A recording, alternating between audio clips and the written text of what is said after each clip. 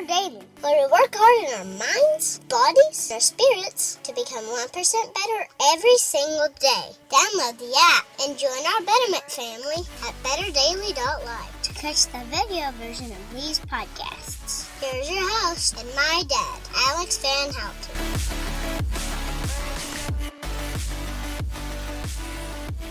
What's up, Betterment family? This is Alex Van Houten in Better Daily Live. Happy Tuesday. It's Nutrition Tip Tuesday, and today we're going to talk through a nutrition tip to help you on your 1% better journey. And we're going to be talking about processed today. So I've got two foods in my hands. One could be foods with quotation marks, and one could be food without quotation marks. And I want to use these foods to illustrate a point. So in my right hand here, I've got, it might be your left, my right, your left. I've got Annie's Friends Bunny Grams. They're like a bougie version of Teddy Grams. Okay. Annie's Friends Bunny Grams. And then my left hand, probably your right, my left, I've got blueberries. Blueberries. Not even the organic kind. They're the poor man's blueberries. So we got Teddy Grahams and poor man's blueberries. And today I want to talk to you about the differences in ultra-processed foods and whole foods, what that means, right? And why that might contribute to mental health. So we have to understand some things about processed foods before we can have an intelligent conversation about how that might affect our mental health, like depression, anxiety, even just mood, right? Or overall anger management, or ability to rest, all those things. Probably heard me say before a lot, if you've listened to me a lot, that your food is more than calories. Your food is more than calories. Okay, so here, the Teddy Graham, the bougie bunny grams or whatever, they come in a box, and right there, boom, you see they're 130 calories per serving. That's 31 cookies, which, let me tell you from experience, it's not a lot of cookies. Sounds like a lot. It's not a lot. It's a couple handfuls and you're good to go. And so 130 calories in here, right? And 1 cup of blueberries, which is actually quite a lot of blueberries, by the way, 1 cup of blueberries is 70 calories. So from a calorie perspective, you go, okay, which food is a better choice? Well, I guess blueberries are lower in calories, right? So if we boiled our food down to just calories, we would say that blueberries are the lower calorie option.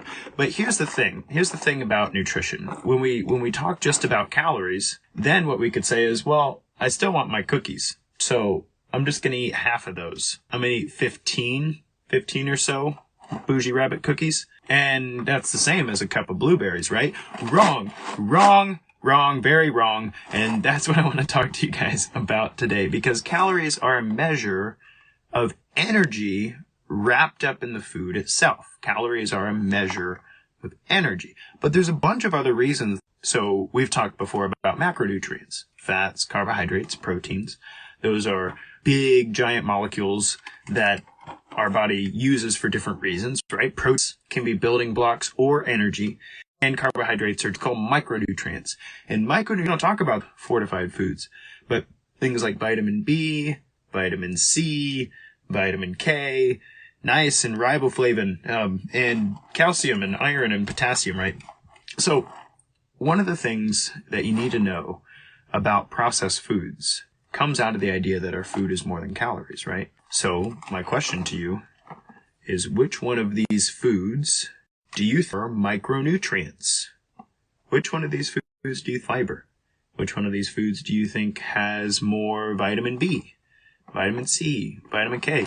You don't even have to look at the nutrition. It's almost the same thing as asking which one of these foods is healthier for you. Because here's the thing about processed foods. Processed foods have a very long list of ingredients. You see this long list of ingredients? It's that whole paragraph. I don't know if you can see it right there. It's that all of that. Organic wheat flour, organic cane sugar, organic expeller pressed sunflower oil, organic whole wheat flour. There's a lot of organics there, but it's a long list, right? Guess what the ingredients in blueberries is? Blueberries. So long list of ingredients. But guess what the list of micronutrients looks like? Right there. See? There's 4 of them. And it says vitamin D, 0%. So that doesn't even count. Calcium, 15% of your daily value and 130 calories. iron 2%, potassium 0%. So it actually only has 2 micronutrients in it and very, very small amounts compared to the 130 calories. This is a fantastic source of energy. You need some short-term energy? Boom, 20 grams of carbohydrates right there just for you to burn right through, right? But this is a terrible source of nutrition, okay? And I know I'm picking on the bougie bunnies here, but it's a terrible source of nutrition. Great source of calories, terrible source of nutrition. This is what we would, in the nutrition communities, would call empty calories, right? Ultra-processed foods are empty calories. Why? Well, wheat is actually a very, very nutritious thing all by itself. I've got some great whole wheat bread in the refrigerator right now that if you leave it out for more than a day, it'll get moldy because it's so nutritious. It's so nutrient dense. Wheat itself can actually be very nutritious. However, when we process things, when we ultra process them, like we call ultra process, what we do is we're grinding it down and we're pulling out all the stuff that makes it nutritious and we're keeping the carbohydrates of it. And we're using those carbohydrates and the gluten and all that stuff to mold it into something tasty and crunchy and sweet and all those things. So it's edible. It's not poison in the sense that it's not going to kill you immediately, but it's not nutritious. We've pulled all the nutrients out of the processing, right? And so what happens with ultra processed foods is we get lots of energy and little to no nutrition. Lots of energy, little to no nutrition. You see, the longer the ingredients list, often the shorter the micronutrients list is. Whereas blueberries, go look them up, man. Go look up all of the compounds in blueberries. One ingredient, very, very short ingredients list. But because it's a whole food and we haven't stripped all the nutrients from it and just left the husk, it's actually a very long list. Vitamin B, vitamin K, niacin, riboflavin, soluble fiber, polyphenols that we can't even pronounce that are doing really crazy cool things in petri dishes against cancer, right?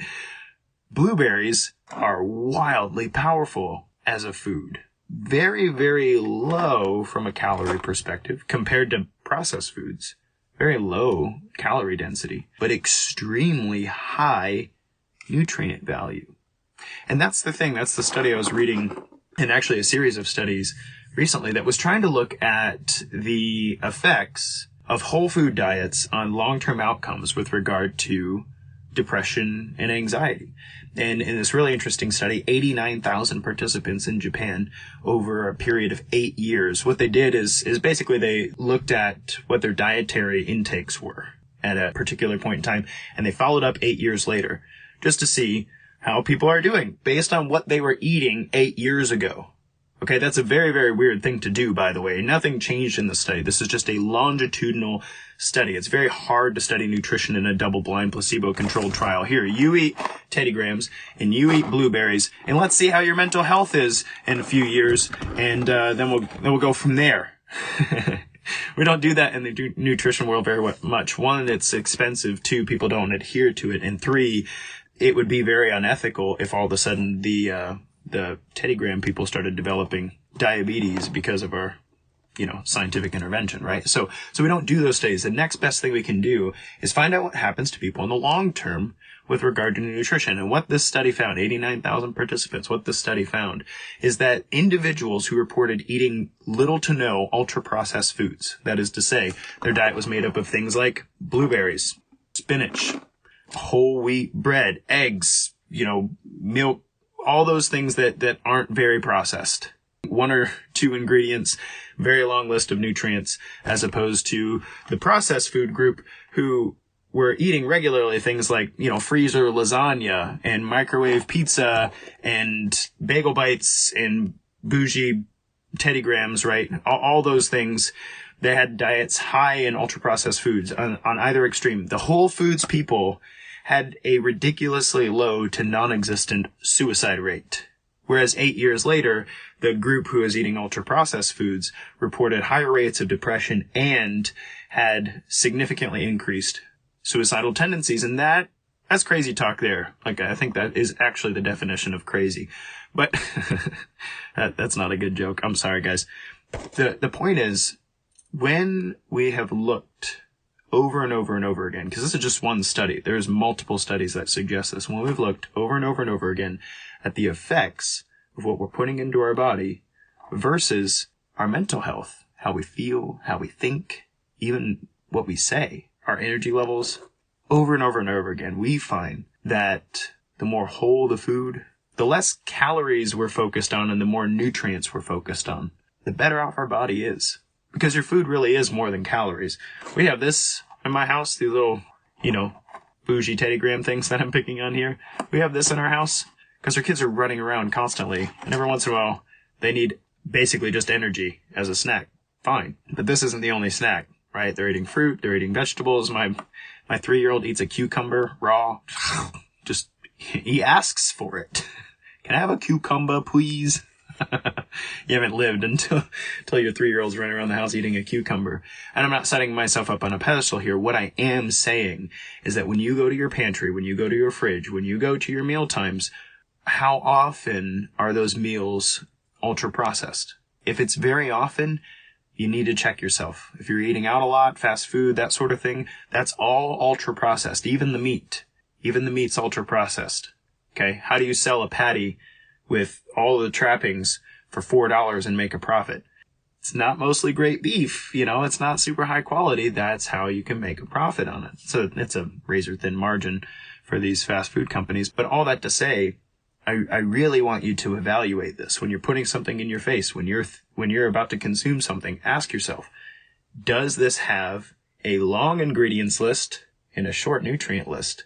Or does this have a short ingredients list and a bunch of nutrients? Because if the answer to that is you're eating mostly short ingredients lists with lots of nutrients, I can almost guarantee you're in better mental health now than you would be otherwise. And that's what I want for you. And that's what I want for your betterment journey, is to be feeding yourself well, getting the nutrients that you need, not overabundant in empty calories, but regularly abundant in all the micronutrients and polyphenols that are going to do your body good. Guys, this has been Alex Van Houten in Better Daily Live on Nutrition Tip Tuesday. Check your food. Make sure you're eating less ultra-processed foods. The less, the better. And let's take care of your mental health. Until next time, guys, it's just 1%. You got this.